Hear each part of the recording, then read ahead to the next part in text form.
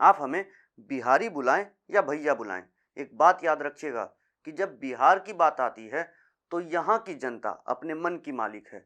जिस पर दिल आ गया उसको सर पर बिठा लेते हैं और जिससे दिल टूट गया उसको धर के पटक भी देते हैं। ऐसा ही कुछ कल पूरे दिन देखने को मिला। हमारी उम्र ज़्यादा नहीं है, पर 2013 से ही हम इलेक्शन को बड़ी चाव के साथ देख और समझ रहे हैं।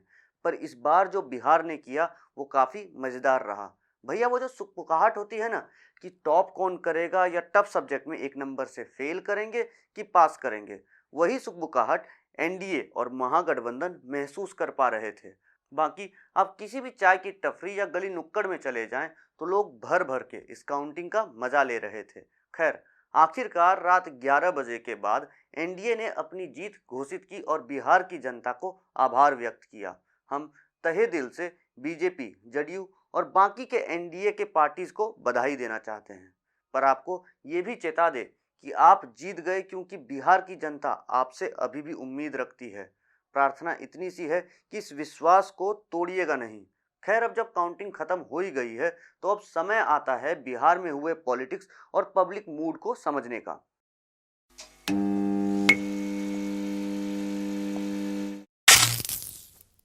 नमस्कार, खुशामदीद। नजरिया एक जरिया के इस सेगमेंट में हम आज बिहार में हुए इलेक्शन को, यहाँ चल रहे पॉलिटिक्स को और वोटर्स के मूड को समझने की कोशिश करेंगे।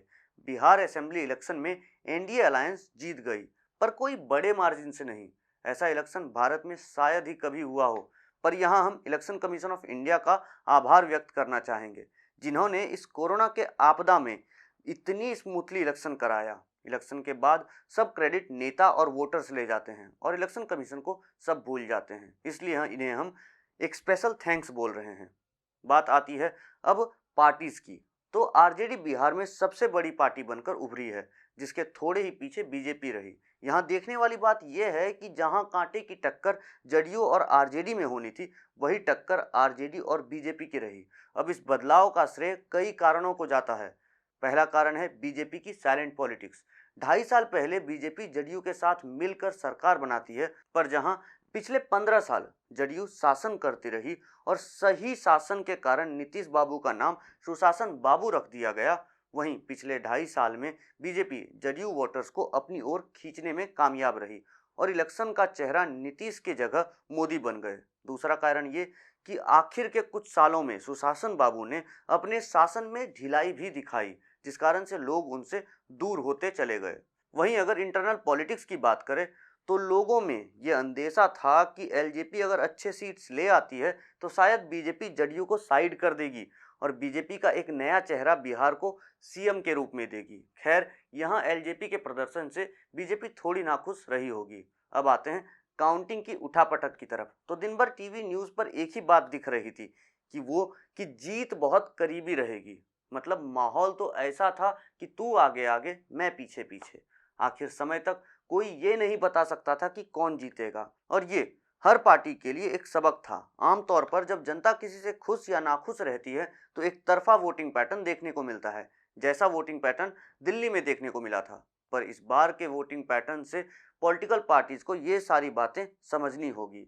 जो रूलिंग पार्टी है उनसे जनता इतनी भी खुश नहीं है, पर बाकी पार्टी से अच्छा काम किया आपने, फिर भी जनता आपको संकोच की नज़रों से देख रही है। वहीं अपोजिशन को समझना चाहिए कि वो या तो सही मुद्दे सही तरीके से नहीं उठा पाए या फिर उनके कैंडिडेट्स इतने भी प्रभावी नहीं थे। अब देख लीजिए, इस बार बीजेपी दूसरी बड़ी पार्टी बनकर आई और जदयू का परफॉर्मेंस खराब रहा। इसके पीछे कारण रहा कि विपक्ष बटा हुआ था कि किसको टारगेट करें, मोदी को या नीतीश को। बाकी इंटरनल कॉन्फ्लिक्ट में भी सीट बर्बाद हुए, जैसे कि एलजेपी ने 35 सीटों पर जदयू का वोट काटा, जिस कारण से अन्य पार्टियों को कई सीटों पर सफलता मिली। वहीं बीजेपी अपने आईटी सेल और इलेक्शन मैनेजमेंट की कुशलता के कारण 110 सीटों में से 70 से भी ज़्यादा सीटों पर सफल हुई। वहीं नीतीश 115 सीटों में सिर्फ 43 सीटों में ही अपना जलवा दिखा पाए। शायद यहाँ अब बीजेपी सोच रही होगी कि अगर इन हारे सीटों पर वो अपने कैंडिडेट उतारती तो मज़ा आ जाता, या फिर ये एलजेपी और जदयू के झगड़े को शांत कर पाती तो भी मज़ा आ जाता। वहीं अगर महागठबंधन की बात करें तो तेजस्वी बिहार से युवा नेता के तौर पर उभरे हैं। इस बार का इलेक्शन और ये कड़ी टक्कर उन्होंने सिर्फ अपने दम पर दिया है। उन्हें भी यहाँ अफसोस होता होगा कि अगर कांग्रेस को थोड़ा कम सीट देते और कमजोर इलाकों में थोड़ी और मेहनत करते तो शायद आरजेडी के नाम अगला सीएम का पद आता। बाकी ओवैसी साहब तो एंटी मोदी के नाम पर कमाल ही करते जा रहे हैं। जैसा मोदी ने 2014 में कांग्रेस के झूठे सेक्युलरिज्म का पर्दाफाश करते हुए हिंदुत्व के नाम पर हिंदू वोटर्स कांग्रेस से छीन लिया, वैसे ही ओवैसी हर स्टेट इलेक्शन में मोदी के अगेंस्ट जाकर हिंदुत्व और मोदी का डर दिखाकर मुस्लिम वोट को अपनी ओर आकर्षित करने में कामयाब होते दिख रहे हैं। वैसे तो जातिवाद और धर्म की पॉलिटिक्स अच्छी नहीं होती, पर बिहार में जाति और धर्म एक बहुत बड़ा किरदार निभाता है और इस खेल में सेक्युलरिज्म का चोंगा ओढ़े कांग्रेस के थाली से वोट गिरते जा रहे हैं।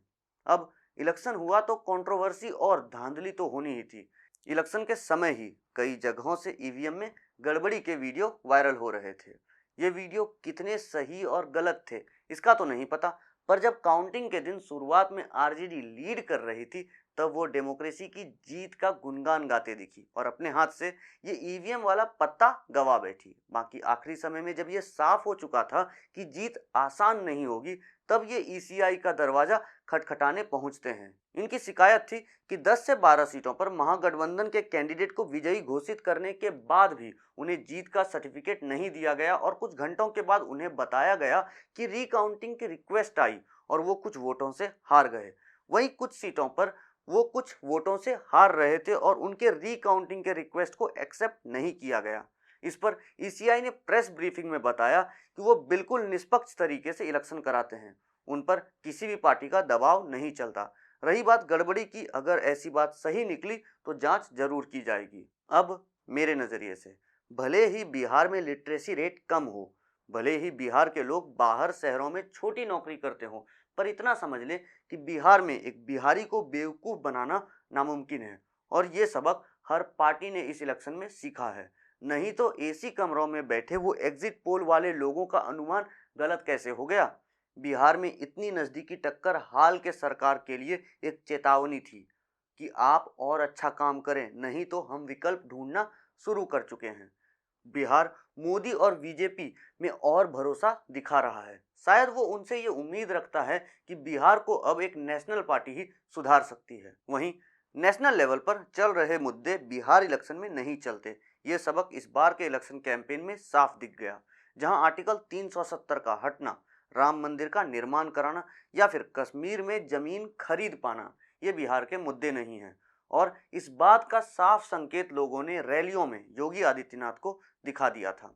वहीं विपक्ष के पास एक सुनहरा मौका था कि वो मजदूर के पलायन को, गिरती अर्थव्यवस्था को और बेरोजगारी को और कोरोना को एक विस्फोटक रूप में दिखाकर जनता को अपनी ओर आकर्षित कर सकते थे, जहां वो पूरी तरह फेल हुए। वहीं ये सब जानते हैं कि अगर नेशनल लेवल पार्टी को हराना है या इस्टेब्लिश्ड रीजनल पार्टी को बदलना है तो बाकी पार्टियों को साथ आना पड़ता है और ये हम कई इलेक्शंस में देख चुके हैं।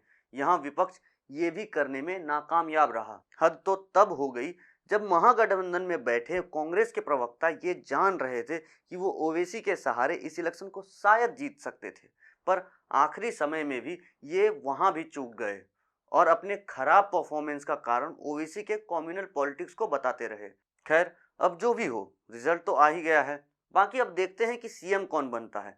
जाहिर है कि बीजेपी प्रिंसिपल पार्टी बन चुकी है और जदयू फॉलोइंग पार्टी बनकर आई है, तो कई महत्वाकांक्षी बीजेपी पार्टी वर्कर चाहेंगे कि सीएम बीजेपी से बने और हो सकता है इसी कारण कल शाम नीतीश के घर बैठक बुलाई गई थी, जहां उन्हें ये ऑफर दिया गया होगा कि उन्हें सेंट्रल मिनिस्ट्री दे दी जाएगी और सीएम कैंडिडेट बीजेपी का बना दिया जाएगा। पर इससे जदयू को ही घाटा है, क्योंकि अगर ऐसा हुआ तो ये जदयू के लिए डूबती नैया में छेद करने जैसा होगा, जहां जदयू बिहार से ही गायब हो सकती है। हम आपको बता दें कि ये बस एक कॉन्स्पिरेसी थ्योरी है। बाकी अगर सही निकली तो हमें थैंक्स जरूर बोलिएगा, नहीं तो बस एक थ्योरी समझकर भूल जाइएगा। जी, आज की वीडियो में इतना ही। हमारी बातों से अगर आप सहमत हैं तो हमारे चैनल नजरिया एक जरिया को सब्सक्राइब करें। अगर कोई सजेशन, रिक्वेस्ट या डिमांड हो या अपना नजरिया बताने के लिए कमेंट करें। वीडियो अच्छा लगा तो लाइक करें और इस नज़रिया को लोगों तक पहुंचाने के लिए शेयर करें। हमारे साथ लगातार जुड़े रहने के लिए आप हमें इंस्टाग्राम, फेसबुक और ट्विटर पर फॉलो करें। हमारे सोशल मीडिया का हैंडल ऊपर कोने में और लिंक नीचे डिस्क्रिप्शन में दिया है। जी धन्यवाद।